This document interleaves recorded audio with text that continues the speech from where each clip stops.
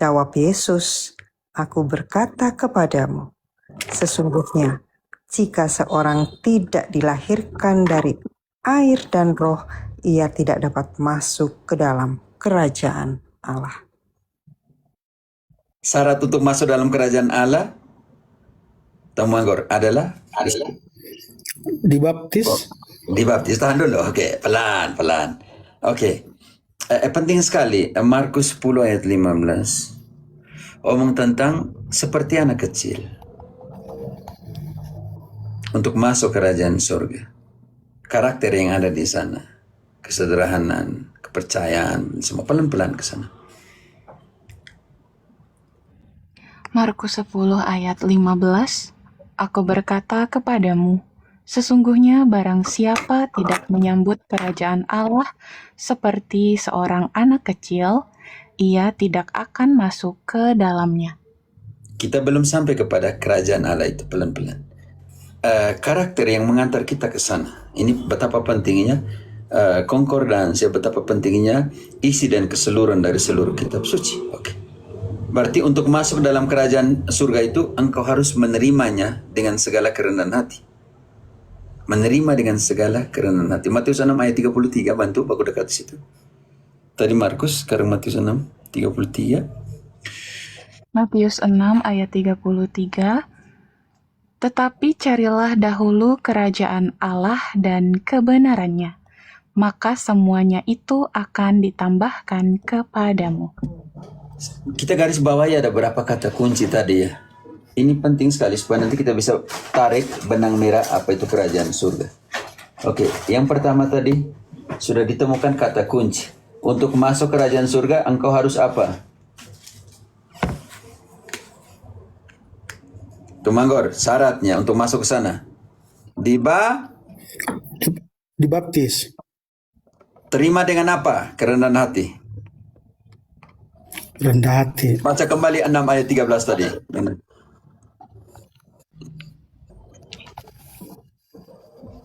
6:33 tadi. 6:33.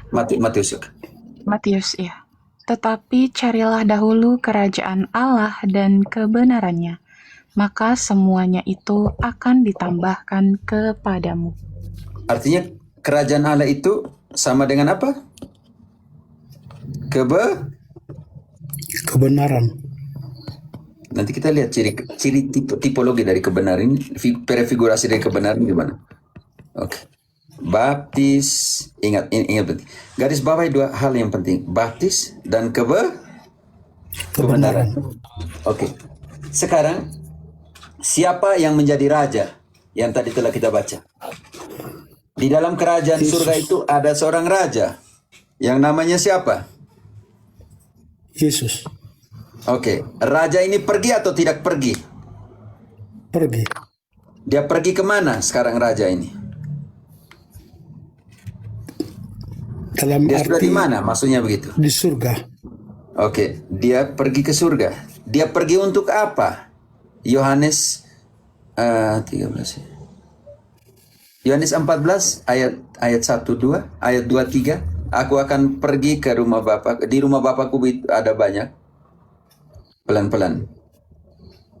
Di rumah Bapakku banyak tempat tinggal. Jika tidak demikian, tentu aku mengatakannya kepadamu.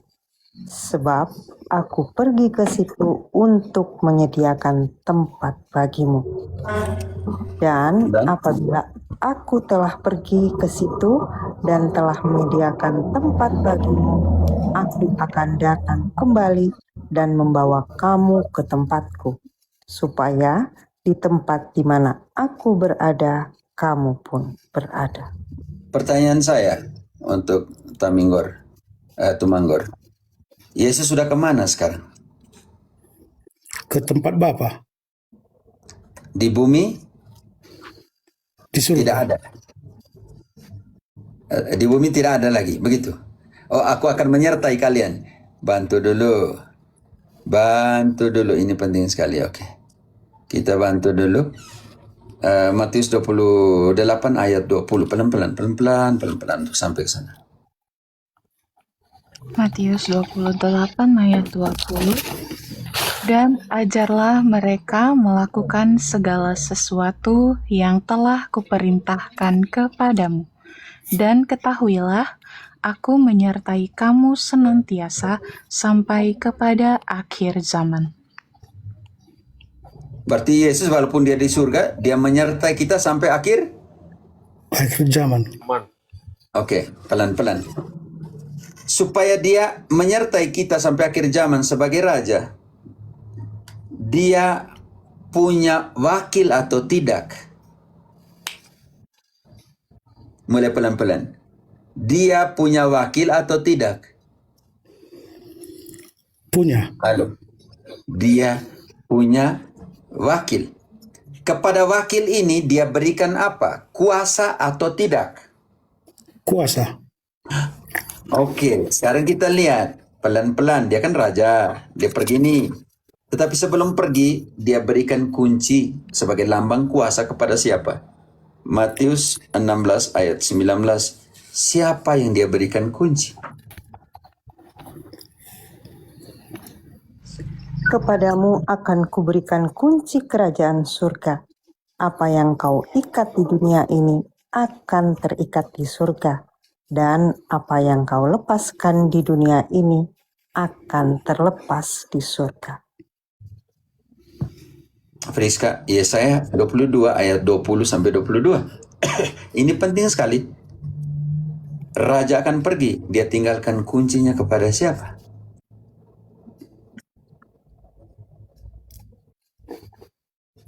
Saya, berapa rumah? 22, tolong type di bawah lah teman-teman.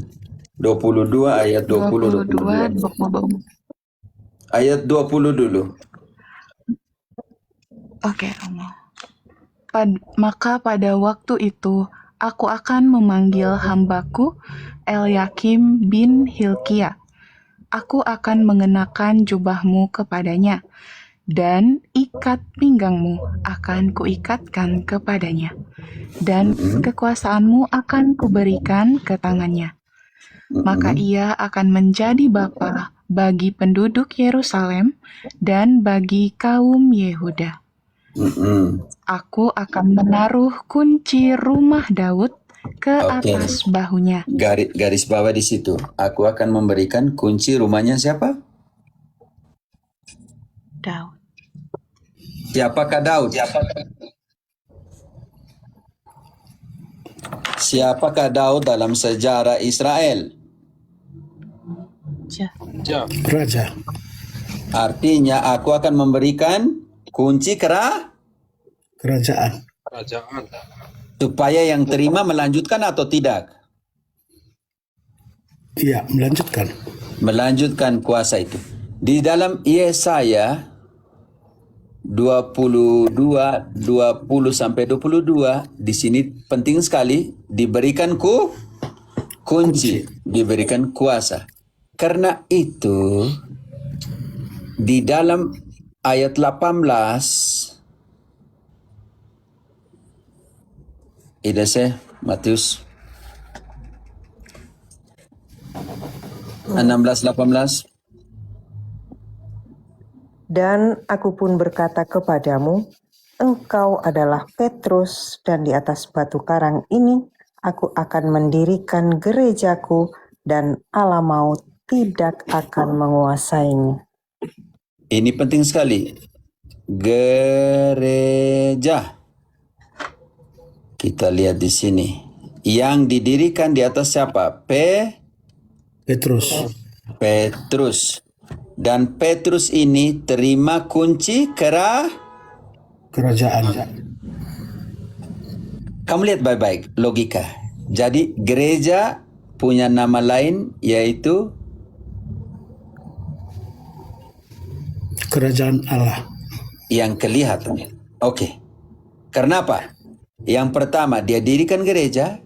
Kepada pemimpin gereja ini diberikan kunci kerajaan Allah. Seperti di dalam Yesaya diberikan kunci rumah Daud. Daud. Kerajaan ini sampai kapan? Di dalam Lukas tadi 1 ayat 32-33 kerajaannya sampai lamanya. akan kuberikan kerajaan bapa leluhurnya, tata bapa leluhurnya Daud, dan kerajaannya tidak berkesudahan sampai selama-lamanya. Karena itu poin penting sekali ketika terjadi konsili pertama di Yerusalem. Di situ pemimpin akan berdiri. Oke, di dalam Kisah 15 ayat ke-7 siapa yang berdiri? Tetapi kita lihat ayat ke-6 dulu. Kisah 15 ayat 6, siapa yang berdiri ketika di dalam sebuah pertemuan konsili terjadi keributan? Siapa yang berbicara di situ dulu di ayat 16, ayat 6-nya? Kisah 15 ayat 6. Maka bersidanglah rasul-rasul dan presbiter-presbiter untuk membicarakan soal itu. Oke, sekarang ayat 7. Terjadi perdebatan dan tidak ada penyelesaian. Sesudah beberapa waktu lamanya, berlangsung pertukaran pikiran mengenai soal itu. Berdirilah Petrus dan berkata kepada mereka, "Hai saudara-saudara, kamu tahu bahwa telah sejak semula Allah memilih aku dari antara kamu, supaya dengan perantaraan mulutku, bangsa-bangsa lain mendengar berita Injil dan menjadi percaya." Konsentrasi di sini. Kita lihat tadi. Matius 16:18. Yesus dirikan apa? Gereja. Gereja ini dipimpin oleh siapa? Petrus. Petrus. Oke. Kepada Petrus diberikan apa? Kunci. Bukan sekadar kunci, tetapi kunci punya nama di belakang. Kerajaan Allah. Artinya di sini Yesus sendiri yang memilih, yang memberikan kuasanya kepada Petrus. Ini penting sekali. Oke, pelan-pelan. Gereja, kunci, kerajaan Allah. Lihat dinamika penting ini. Karena itu gereja adalah kerajaan Allah yang kelihatan. Yang kelihatan. Bagaimana itu? Di dalam konsili Yerusalem, siapa yang berdiri ketika terjadi persoalan? Petrus. Otoritas karena itu otoritasnya seperti apa? Bunyi ayatnya. Baca kembali. Sejak semula aku dipilih. Allah memilih aku. Ya. Saya mengerti. Kita hanya baca supaya logikanya kena. Ya, Siapa yang baca ayat 7. tadi? Sesudah beberapa waktu lamanya, berlangsung pertukaran pikiran mengenai soal itu, berdirilah Petrus dan berkata kepada mereka, "Hai saudara-saudara, kamu tahu bahwa telah sejak semula Allah memilih aku dari antara kamu." Cukup selesai. Allah pilih aku dari antara kalian. Ingat, baik-baik. Di Yesaya bilang kunci rumah Daud. Daud itu siapa? Penting sekali. Raja. Oke. Tugas dari seorang raja itu apa? Yesekiel 34 ayat ke-16. Setelah itu ayat ke-23. Penting sekali. Tugas dari Daud sebagai seorang raja itu apa? Yesekiel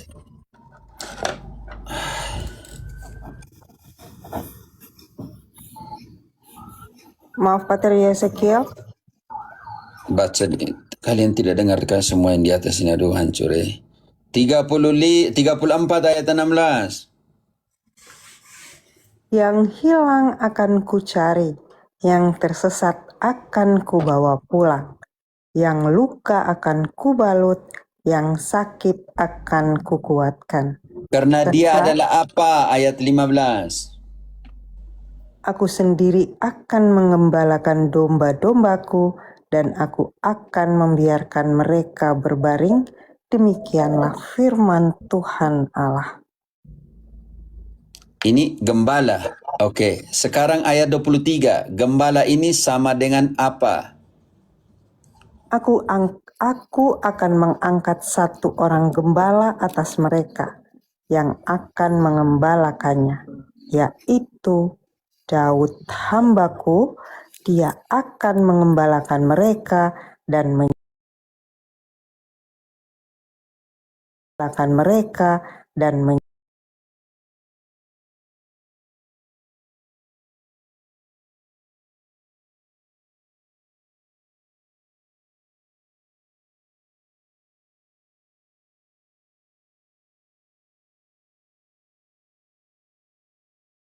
Dalam sejarah Israel, seorang Raja di dalam Yesekiel 34 ayat ke-23. Berapa orang gembala di situ? Dibaca ulang. Aku akan mengangkat satu orang gembala Satu orang. atas mereka yang akan mengembalakannya, yaitu Daud hambaku.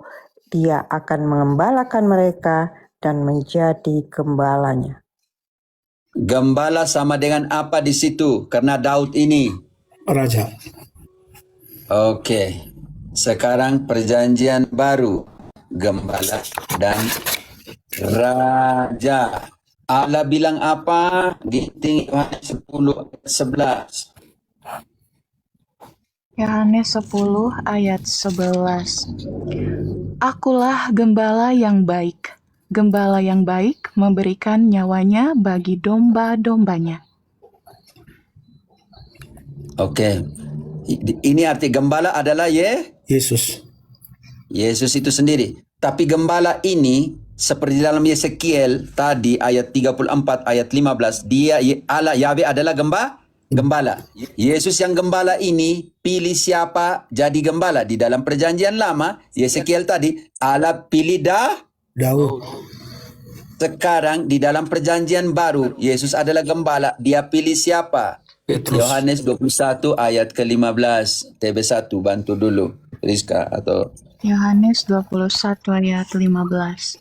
Sesudah sarapan, Yesus berkata kepada Simon Petrus, "Simon, anak Yohanes, apakah engkau mengasihi aku lebih daripada mereka ini?" Jawab Petrus kepadanya, "Benar Tuhan, engkau tahu bahwa aku mengasihi engkau." Kata Yesus kepadanya, "Gembalakanlah domba-dombaku." kepada siapa yang disuruh untuk gembalakan? Petrus. Seperti Daud menggembalakan Israel, Daud adalah seorang Raja. pemimpin. Artinya ketika Yesus mempercayakan kepada Petrus, dia adalah gembala. Yesus adalah gembala dalam Yohanes 10:11. Dia percayakan satu gembala untuk mengembalakan kawanan Yesus. Namanya Petrus. Petrus. Sekarang rumah Daud ini, pondok Daud ini digembalakan oleh Daud dalam perjanjian lama. Oke. Di dalam perjanjian baru Lukas 1 ayat 32-33, kepada Yesus diberikan takhta siapa punya? Takhta siapa punya yang diberikan kepada Yesus? Lukas 1:32. Aku akan memberikan takhta Daud bapamu. Bisa mengerti? Ya, bisa. Lukas 1:32, kita masuk ke logika dulu. Oke. Baca Patar. Iyalah. Ia akan menjadi besar dan akan disebut anak Allah yang maha tinggi. Dan Tuhan Allah akan mengaruniakan kepadanya tahta Daud bapa leluhurnya. Lanjut. Dan ia akan menjadi raja atas kaum keturunan Yakub sampai selama-lamanya, dan kerajaannya tidak akan berkesudahan. Oke, lihat logika. Yesus Raja. raja. Dia dirikan apa dalam Matius 16 ayat 18? Gereja. Oke.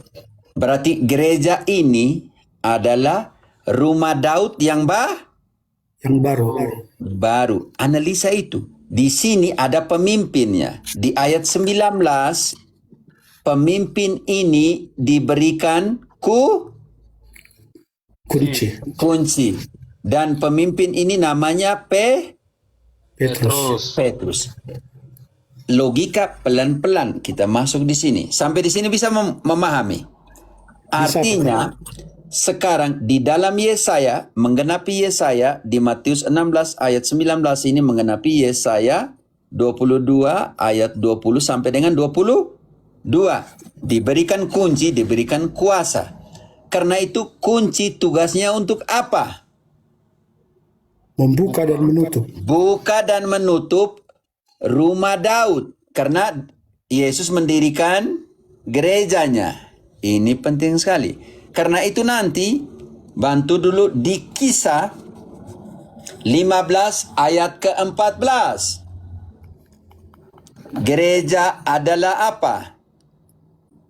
Kisah 15 ayat 14 sampai dengan 16. Gereja adalah apa? Kisah 15 ayat 14, Simon telah menceritakan bahwa sejak semula Allah menunjukkan rahmat-Nya kepada bangsa-bangsa lain, yaitu dengan memilih suatu umat dari antara mereka bagi namanya. Hal itu sesuai dengan ucapan-ucapan para nabi seperti yang tertulis. Kemudian aku akan kembali dan membangunkan kembali pondok Daud yang telah roboh, dan reruntuhannya akan kubangun kembali dan akan kuteguhkan. Oke, sekarang lihat dua komparasi. Perjanjian Lama mengatakan bahwa Israel adalah rumah Daud, tetapi rumah Daud yang lama. Sekarang aku akan mendirikan kembali rumah Daud yang baru. Reruntuhan, artinya yang didirikan adalah rumah Daud. Daud itu siapa? Raja Israel. Raja Israel. Ini penting sekali. Oke, rumah Daud yang lama ini penghuninya adalah Israel. Sekarang rumah Daud yang baru ini penghuninya bangsa-bangsa lain atau tidak? Semua bangsa atau tidak? Dibaca ayat 15-nya. Ayat 15, hal itu sesuai dengan ucapan-ucapan para nabi, seperti yang tertulis. 16, kemudian aku akan kembali dan membangunkan kembali pondok Daud yang telah roboh, dan reruntuhannya akan kubangun kembali dan akan kuteguhkan. Dan siapa yang menghuninya? Lanjut. Rumah Daud yang baru itu, kerajaan Daud yang baru itu, siapa yang huni? Siapa yang tinggal? Supaya semua orang lain mencari Tuhan, dan segala bangsa yang tidak mengenal Allah, yang kusebut milikku, demikianlah firman Tuhan, yang melakukan semuanya ini. Artinya, di dalam rumah Daud yang baru itu, kerajaan Daud yang baru itu, Om Tumanggor, penghuninya siapa? Segala bangsa.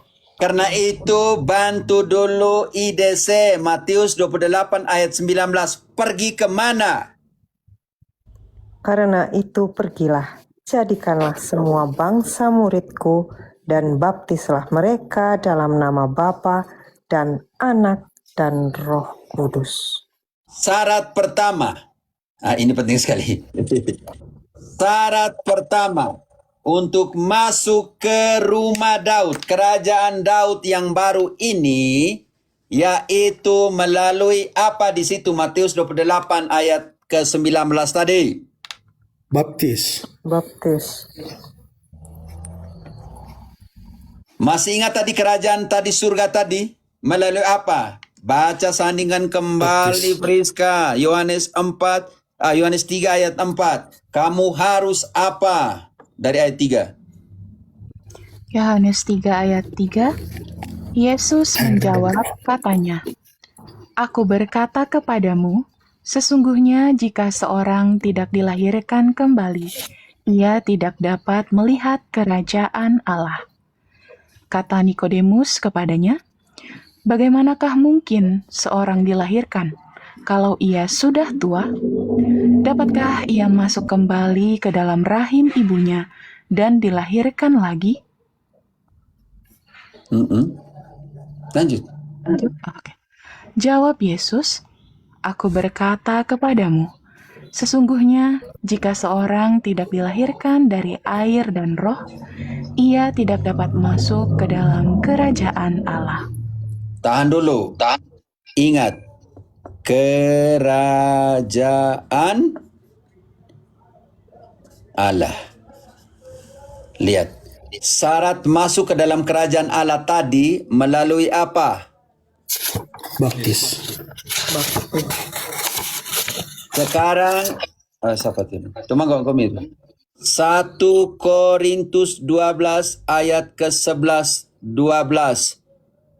Baptis membuat kita anggota apa?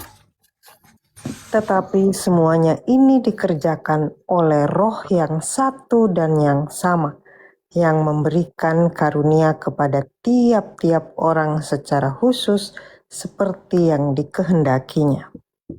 Karena sama seperti tubuh itu satu dan anggota-anggotanya banyak, dan segala anggota itu sekalipun banyak merupakan satu tubuh, demikian pula Kristus.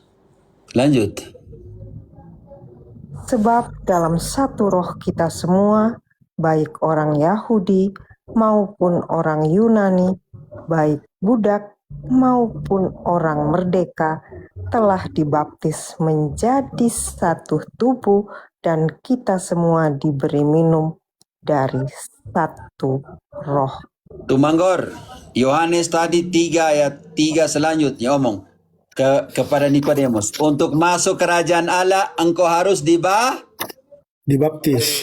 dalam 1 Korintus barusan kita baca 12 ayat 11 selanjutnya. Baptis membuat kita jadi anggota apa? Tubuh.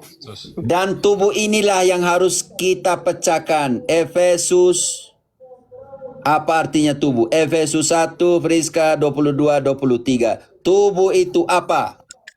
Efesus 1, 22-23.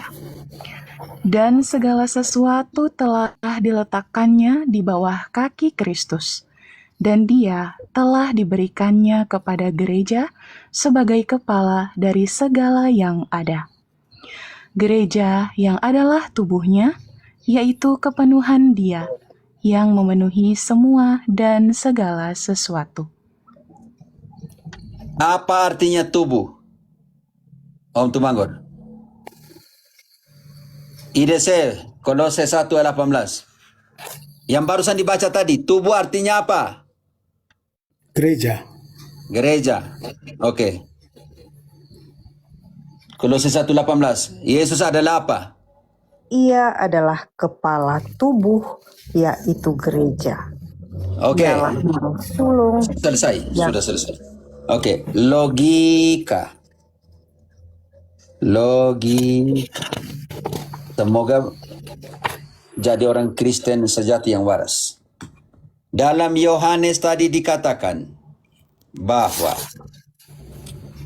Nikodemus, untuk masuk kerajaan Allah engkau harus Baptis.